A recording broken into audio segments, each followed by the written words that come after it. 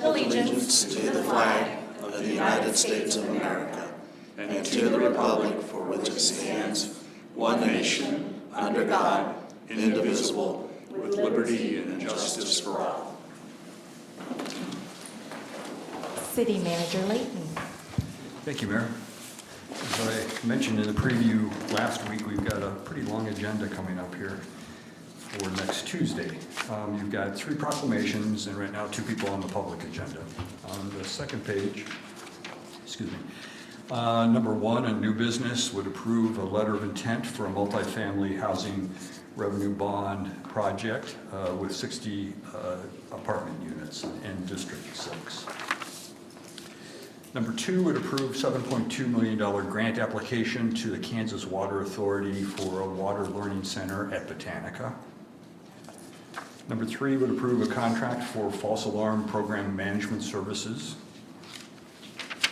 Number 4 would ratify the results of this week's GO bond and note sales. We received favorable rates again. Number 5 would approve health, vision, and dental insurance premiums for 2026.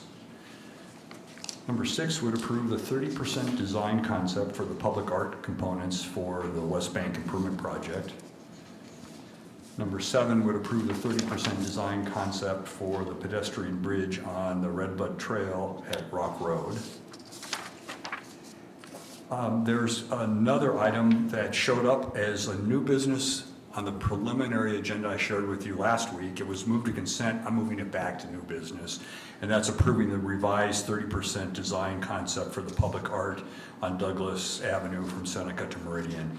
It shows right now as consent item number 12, and we'll move that to new business. I figured you'd want to see that presentation on what that revised art looks like. So will that be item 8 or split between 7? Yes, it will be 8, so we've got the 3 public art items all in a row. Okay, thank you. But I'm going to continue to reference the old numbers. Okay. Number 8 here is Park and Recreation Master Plan, and that would approve the contract for the development of the Park and Recreation Master Plan as recommended by the Selection Committee. Next page, number 9, would approve home funds for the construction of 7 single-family homes by Mennonite Housing. Is this in addition to the ones that we just approved for Yes. Mennonite Housing? Yes. Number 10 would approve the annual consolidated plan performance report. Number 11 would approve the revised airport hazard zoning code and map. Next page, number 12. This has been added since you saw the agenda last. We have an appeal. So you would consider an appeal of a Delano Design Review Committee finding for property located at 1301 West Douglas. Non-consent planning agenda number 1 would consider a conditional use request in District 4. There's a difference between MAPC and DAB recommendations. Next page, approval of Councilmember Tuttle's trip in October. Next page, item 4 would approve a supplemental design agreement and KDOT funding agreement for the Redbud Trail project. Next page, 5A would approve a change order for the OP3 project or program to reflect final quantities. Number 7 would approve an additional grant award for special traffic enforcement activities by WPD.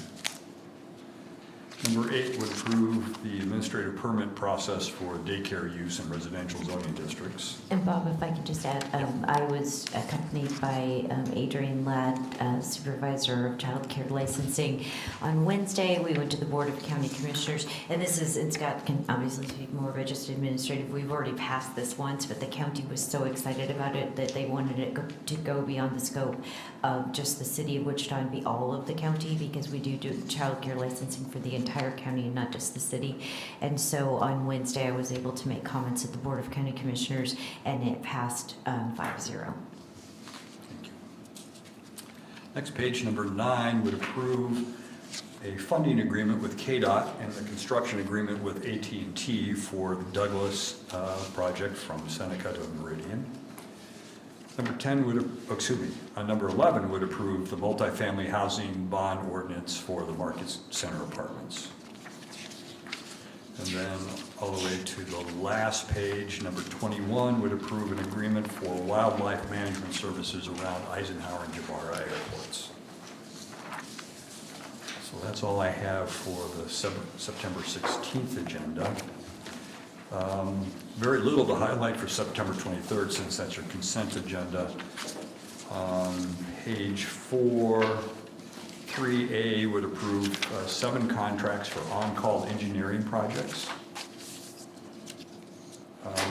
And 4D would approve a supplemental design agreement to prepare floodplain map amendments for FEMA related to the Bleckley drainage improvements.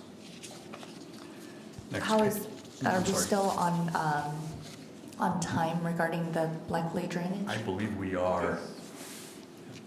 When would it be complete again? Well, we have multiple phases. Late 2028, we have multiple phases. Working on phase 1 now, and then phase 2 will be utility relocation, and then we'll do blocks. So Thank you. Next page, number 6, would approve an agreement with the FBI to participate in the Central Kansas Safe Streets Task Force. And then the last page, number 10, is the sale of another public housing authority home. Mayor, that is all I have. We do have a department presentation today from the library. Jamie next.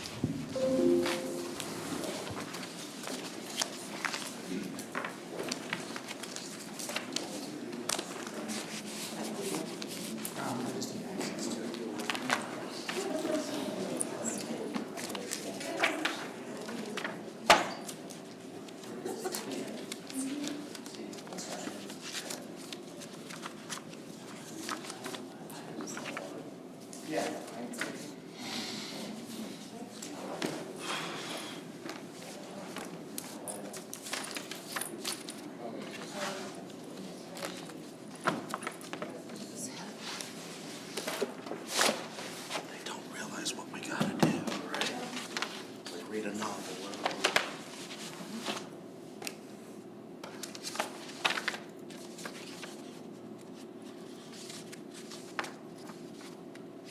But I can't say anything, because ever since I started this job, I just read garbage or novels.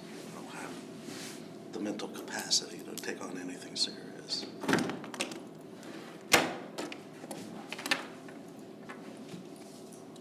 Technology. Not a lot.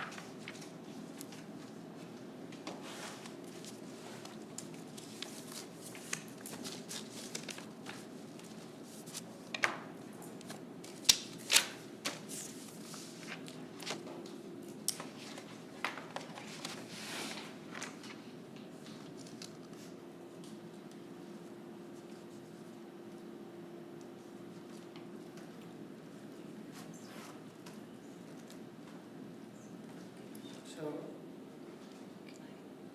did you? Okay, so I would go to the contract here. And then share it. And then just share your feed.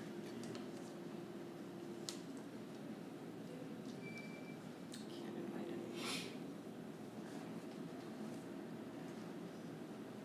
Can I log in and get their OneDrive? Is that- Let's do that. Sorry.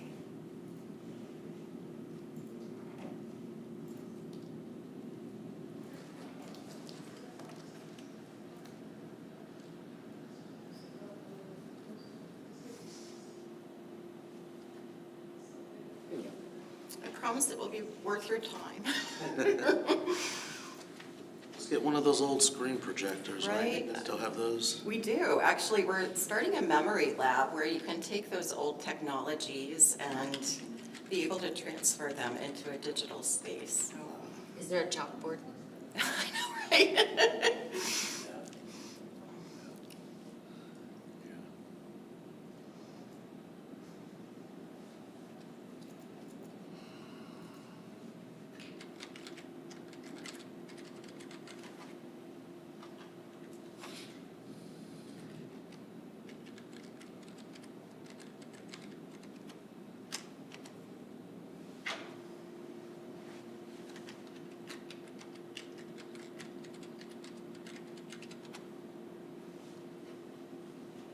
And just do your name. Something after that. Yeah.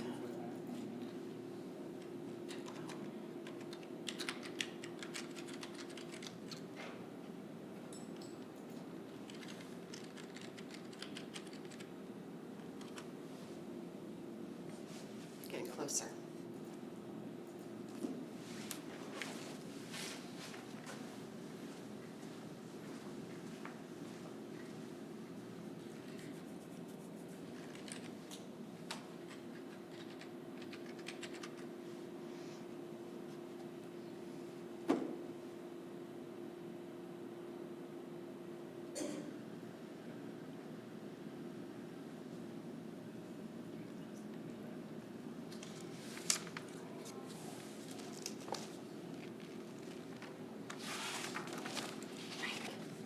How long will you be here today? Check.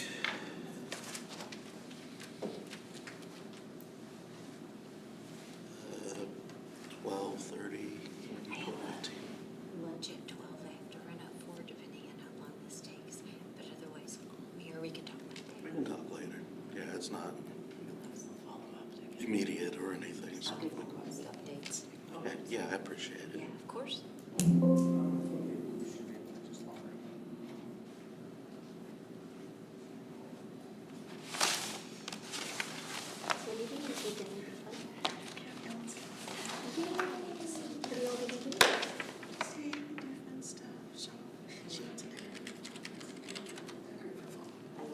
We'll need to go, I think, to Homelands just for fun, just to check it out. Oh my God. They have so much. I would go crazy. We just go crazy. I try not to. You know, I want to be mindful of everybody's know. time. Maybe, can we switch this to the next agenda We're review? about to get there. I can get started and then we can navigate to the video that I'll be showing. Thank you so much for the opportunity to.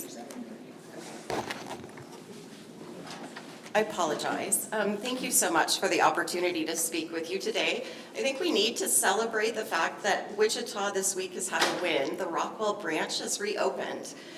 We've completed the remodel, relocation, and expansion of 7 branch libraries, in addition to a book bus in just under 8 years. It's definitely not a small feat, and it's one that's well on its way to positively impacting Wichita's generations to come. Now you can see all my email. I'll get navigated here, but for today's presentation, I really wanted to share some library success stories with you, starting with my own. I grew up in Emporia, Kansas, in a home with really limited means, but strong values around education. My mom didn't quite know how to feed my curiosity, and she really chose a winner. She started taking me to the public library. I was a really overweight, chubby, highly sensitive, and painfully shy child, and often teased, unsure of myself. I was overseen because of my body size, but I was never really seen as a person. Like many, I internalized and believed what peers and adults said about me, and that went away when I started using the library. It was a place of security and wonder. I wasn't judged there, and I was invited to discover other identities through stories. In high school, I began working at my library, not because I saw it as a career path, but because it felt like home. That's where I met Katie, a librarian, and she told me that my mind was beautiful. That changed me. I entered librarianship at a time when people said libraries were obsolete, when the internet was supposed to be just enough, but that doubt really became my motivation. The power of libraries is not as a vault of knowledge, but it's an inspiring public service engine that fuels social infrastructure, greater knowledge, and a sense of belonging. Wichita Public Library became my training ground. The leadership I developed here took me to Washington State, and now I'm back as the library director for your library in my home. And I lead today with a perspective rooted in possibilities and an empathy born from knowing what it really feels like to be unseen.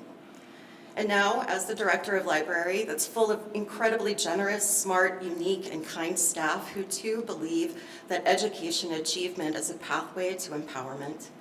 But this storytelling isn't just about me, it's about what's possible when public institutions serve people with this strong mission for education. The library makes our community limitless, and I'm really grateful to share some of our community stories today. Shall I find the video? Let's take a watch. Just today, here we go.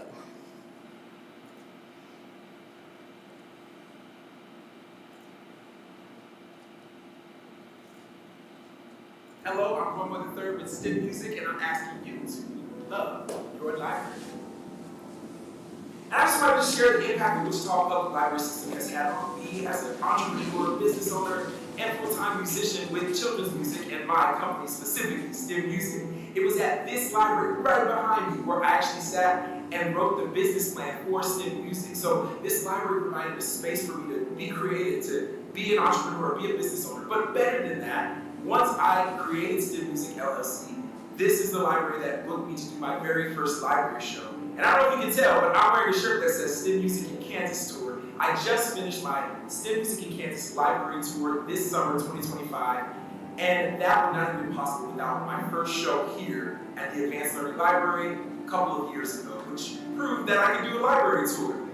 I'm in such support of our Wichita Public Library, not only getting to do the shows with STEM Music, but also getting to see the resources our library system is providing our community. My name is Laura Berry, and I am retired from commercial banking. What I love about having the library here in Wichita is that it gives many, many people, whether they're small children who are learning about the library, learning that it even exists and learning what's here, or whether you are a student in high school or a college student, or maybe you're an entrepreneur trying to research some things for your business. You have this wonderful resource at your fingertips. Personally, I still use the library. Hi, my name is Autumn Navarre, and I am a Wichita artist. The Wichita Public Library means so much more to me than I could ever condense into one short video, but I think it can be best summarized in 2 words: community and advocacy. This year, the library's Big Read event featured a book called Sitting Pretty, which is a book about a woman's life as a disabled person. I'm physically disabled myself with a debilitating permanent condition called complex regional pain syndrome. As part of the Big Read event, I was invited to participate in a library panel that featured local marginalized artists.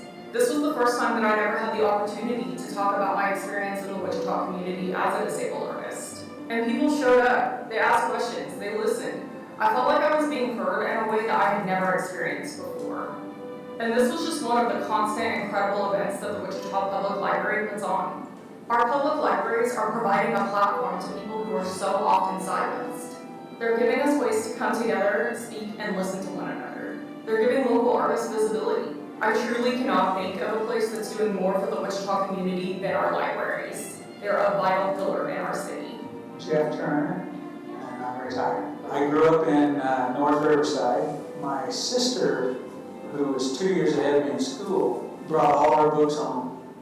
And we would sit on the couch and she would read her books to me. Well, I guess I and everybody else thought I knew how to read. She would open the book and I would look at the page and I would say the words. And it turned out I did not know how to read. Went through the third grade, I still to this day remember a miserable third grade experience. But at the end of the third grade, my mom, God rest her soul, just determined that she was going to make sure I knew how to read. Starting with the basics and going up. The fact that those resources were there, readily available, the programming was there.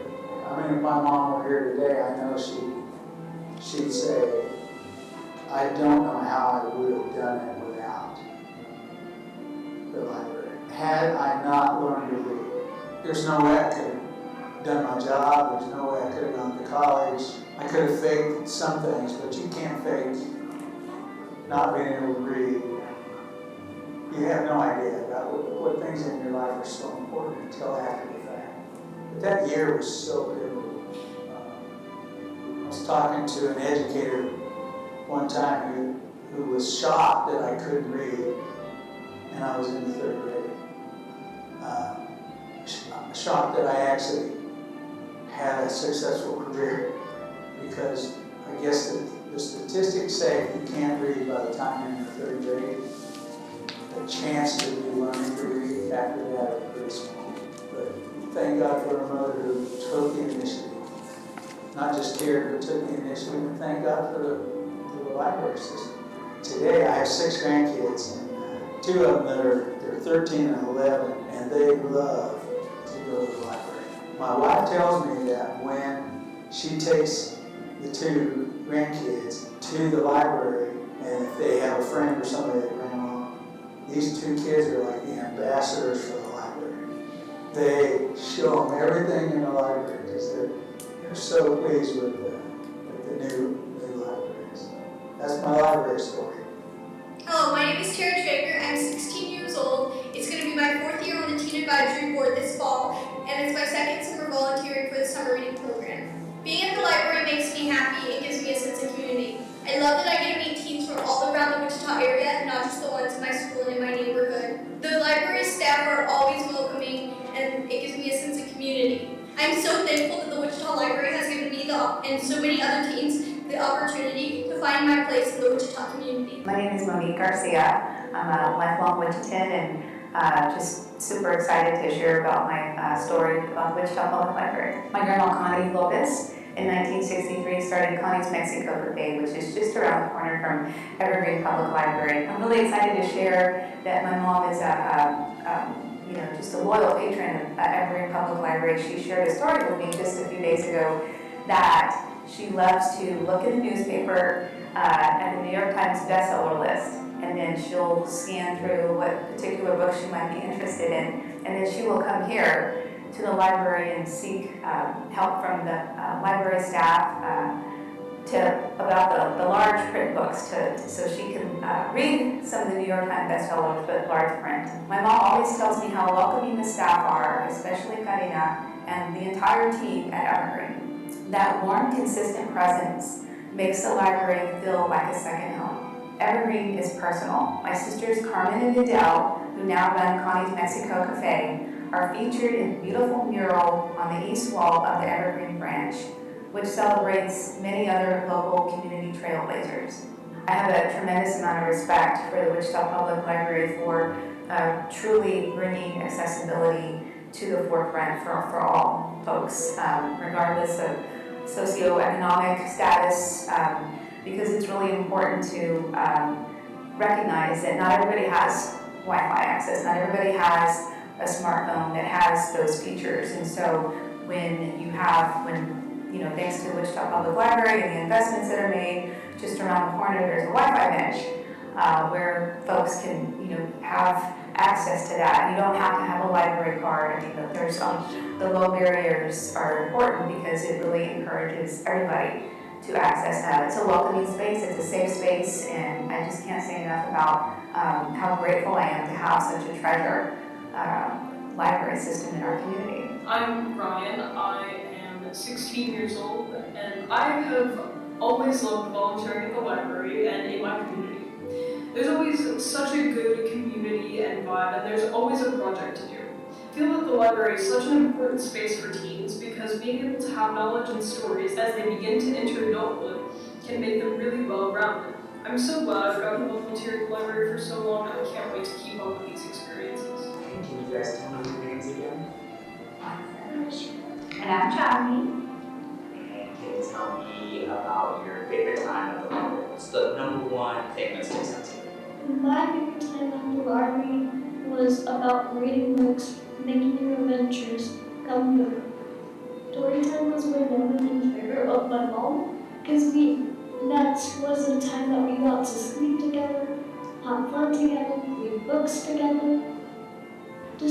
It was so fun. So we started with few books, and that created a passion. Like, she took up the challenge of reading 1,000 books in kindergarten. So she was so passionate to do that. And every day it was a mission. So she's like, okay, Mom, we have to, even if we are tired, let's even do one book. But then it was like a special bond and special time we had, where we would read 3 books or 4 books every night, and that was a fantastic time that we would spend together.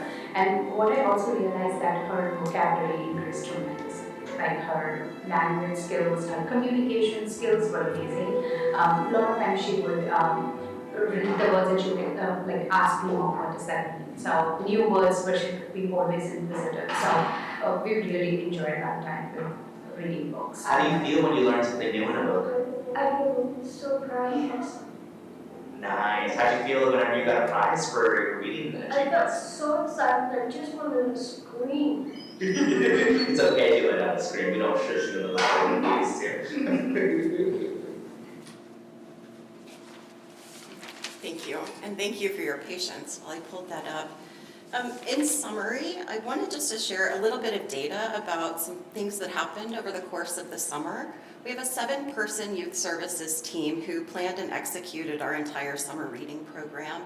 They removed some registration barriers, and we were able to experience 6,626 young people who came to pick up a reading log, 4,447 set personal reading goals, and close to 4,000 met those goals. So we had an 88.5% completion rate, which really shows that participant-designed service works. We know summer is a critical time for youth, and it's also when reading loss and risky behavior spikes. This summer we had 794 teen finishers in our summer reading program as well. We expanded access in our book bus to have a mobile access, and that reached 650 children who might not otherwise have been able to participate. It's a real high impact, low barrier model and quite scalable. But really most exciting to me was that we partnered with the United Way for a new Summer Literacy League program where 35 young readers received 162 one-on-one reading sessions with volunteers over a course of 8 weeks. 50% of their parents saw improved reading confidence as the end of that program, and 100% said that their child is asking to come to the library more, which we love. So your library did all of this with a small team, a tight program budget fueled by philanthropy, and this summer alone, nearly 4,000 young readers met a personal goal, and we engaged 6,500 community members through our programming, and nearly 5,000 minutes of targeted literacy practice was added. So one last thought before we get to our Friday afternoon.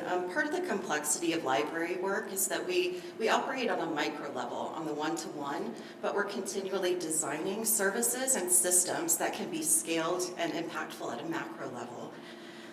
We don't do it alone. We have strategic partners, dedicated staff, and dedicated city leaders like yourself. And as we continue this work, we ask you to imagine what more impact can your Wichita Public Library make? With your shared vision, we're really excited about our future because we're not just moving books, we're moving people forward. And I thank you for your time and your continued support for Wichita Public Library. Thank you.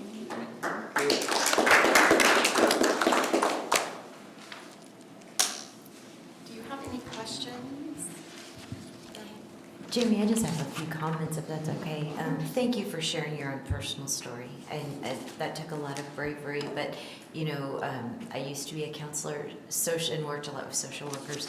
Social workers say that stories are data with soul, and so when we hear stories, oftentimes some people make decisions with their heads, some with their hearts, and hearing stories such as your own, you know, really just gives it a different context. So that, thank you for that. But then also, thank you for all you and your team does. I know I say it all the time, the importance of third grade reading level. Jeff Turner, again, you know, shared his personal story, and I'll reach out to him and thank him for that. But it really does matter when 18% of our community is functionally illiterate, right?